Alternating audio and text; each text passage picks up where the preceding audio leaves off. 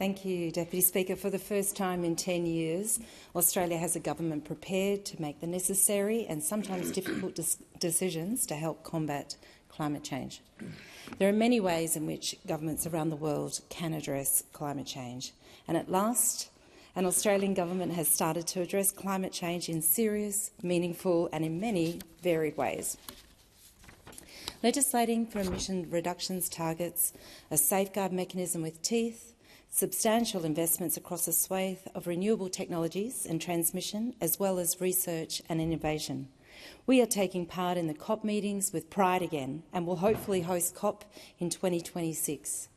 We've entered into many international agreements, such as the Global Methane Pledge and the Climate Club, and just a fortnight ago, Minister Bowen visited India, Korea and Japan to collaborate on clean energy initiatives. The amending Act before the House is another step along the road to make Australia a leader on climate change. It needs to be understood in that context. It is one measure being adopted by a government that understands the need to take action on many fronts at the same time, and one that understands its duty to enact evidence-based policy. It's a refreshing situation. Will there be a growing international CCS market as a result of this legislation? Will there be much marine geoengineering as a result? We don't know. We are creating the necessary legislative environment. We are getting ahead of the game. We are taking the threat seriously and turning over every stone to ensure that we are in the best position we can be to regulate new technologies and new industries. What we are not doing is somehow waiting for the technology to be perfect, or trying to point the finger at oil and gas companies that have supplied the energy that all of us use every day. It's okay to be critical, but it's also important to recognise that government and industry need to work together to overcome these challenges. Governments are bound to take heed of all emergent technologies which provide options for addressing climate change. Governments have a duty to form policy on the best available evidence. Do independents and minor parties need to do that? I would argue they should, even though they don't carry the same burden.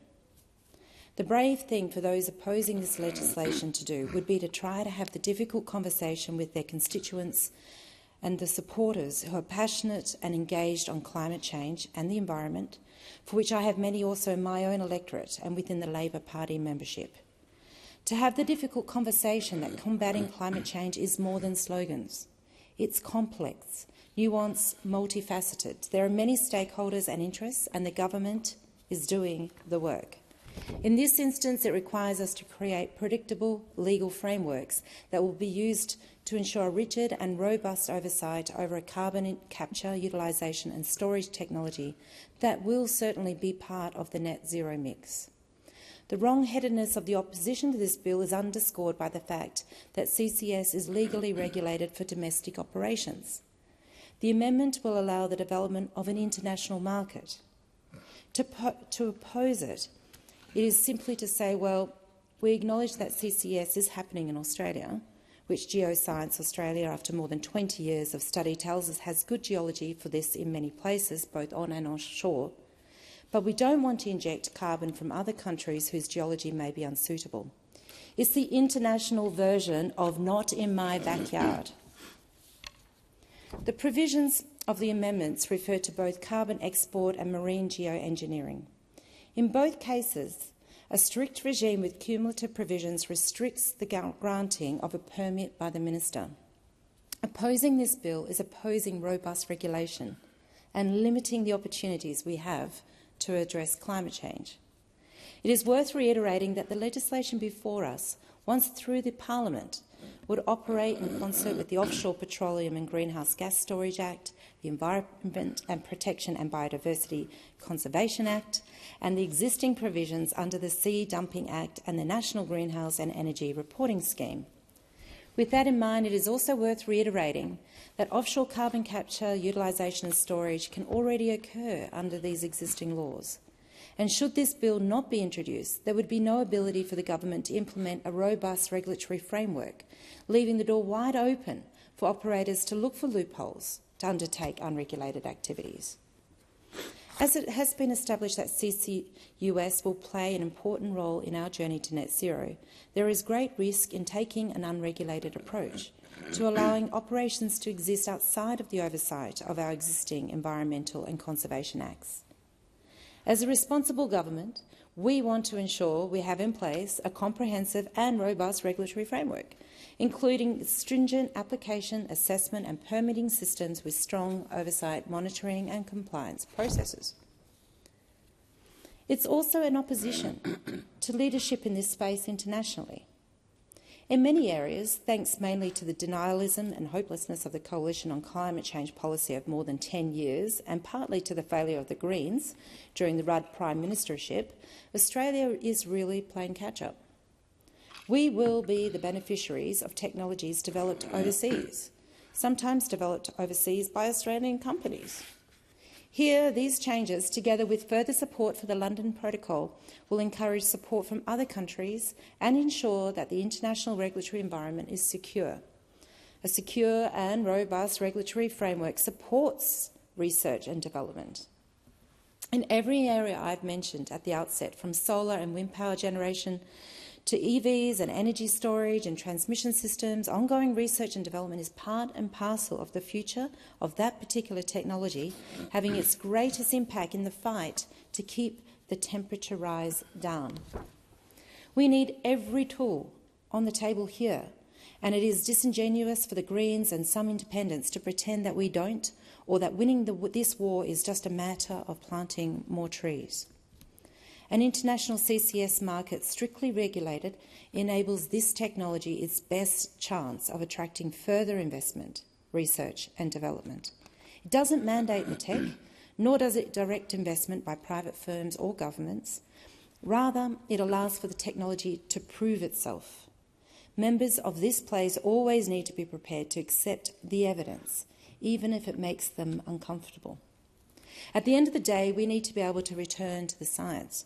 Sometimes that means foregoing some of the political mileage that might be made from playing up to one constituency or another. Geoscience Australia describes carbon capture, utilisation and storage as one of the technologies that can help to reduce our carbon dioxide emissions to the atmosphere. The CSIRO further states in their recent report, Australia's Carbon Sequestration Potential, that the sequestration potential with geological storage is high and offers a very long-term option.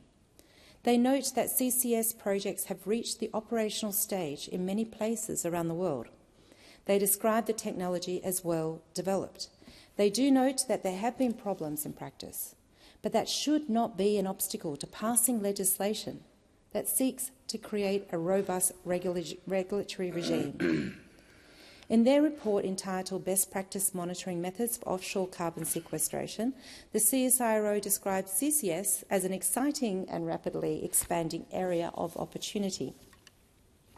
The House Committee on Climate Change, Energy, the Environment and Water considered that the evidence about the benefits of the import and export of CO2 was convincing. That committee was addressed by Geoscience Australia, and I can think of no better source on this topic. Their evidence was that Australia is endowed richly with the right geology for the safe and secure underground storage of CO2, and CCS should be deployed in a reasonable manner alongside serious decarbonisation targets. And in response to a direct query from the member for Warringah, Geoscience describes CCS as a very mature technology. In submissions to the inquiry by the Joint Trade Investment Growth Committee, of which I'm a member, into Australia's transition to a green energy superpower, many organisations have pushed us to be ambitious and to think beyond our shores. The Clean Energy Council warned that current planning centred on domestic needs rather than global opportunities. The University of Queensland suggested it was increasingly important to think at the system level about enabling technologies and value chains. The University of Adelaide accentuated the importance of maintaining a technology-agnostic framework in the path to net zero. and the Heavy Industry Low Carbon Transition Cooperative Research Centre stated that one of the most important roles for government would be in the establishment of new regulatory frameworks. In a recent report, the Climate Change Authority describes sequestration as a necessary part of any rapid, urgent decarbonisation, and underlined the fact that global demand would present economic opportunities for Australia. This legislation puts us in a position to progress these ambitions. As nations across the globe, and particularly in our region, look to drastically and rapidly decarbonise their economies, they are looking to Australia. They are looking to our vast capacity to produce cheap, reliable, green energy, and this government is here to ensure we harness that opportunity to become the regional green energy superpower that we have the courage to imagine we can be. This amending bill is part of that picture. It foreshadows a way in which we might become a part of a partnership with our neighbours to decarbonise. The problem is global, and the solutions are global. In Japan, Minister Bowen stated his view that the most important thing that the government could do in the area of CCS was to provide regulatory certainty. That's what this bill is directed to. We are no longer mere observers in this monumental shift. We are no longer a country stubbornly refusing to participate on accounts of vacuous, unscientific and outdated ideologies.